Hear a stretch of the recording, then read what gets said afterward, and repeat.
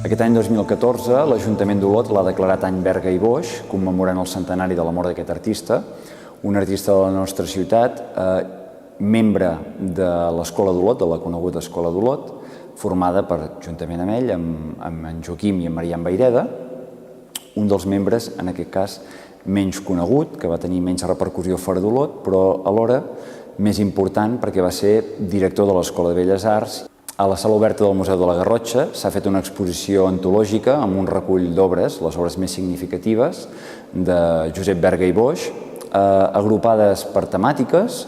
i que ens permet fer un repàs al treball paisatgista i també al treball de retratista que té aquest.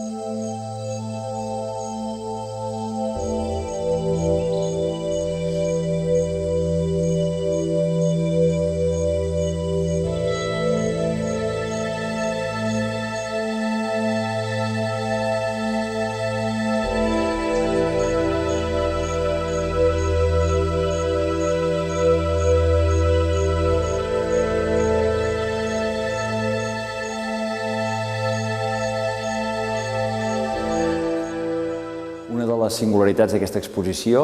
és que es mostra com Josep Berga i altres artistes de la seva època ja utilitzaven la fotografia com a base per fer els seus quadres. Lligada a l'exposició s'ha editat un catàleg, una obra antològica, amb el recull de peces d'en Berga i Boix, per celebrar aquest centenari, que des del museu pretén ser com l'obra definitiva per una mica explicar qui era aquest personatge i quina era la seva trajectòria.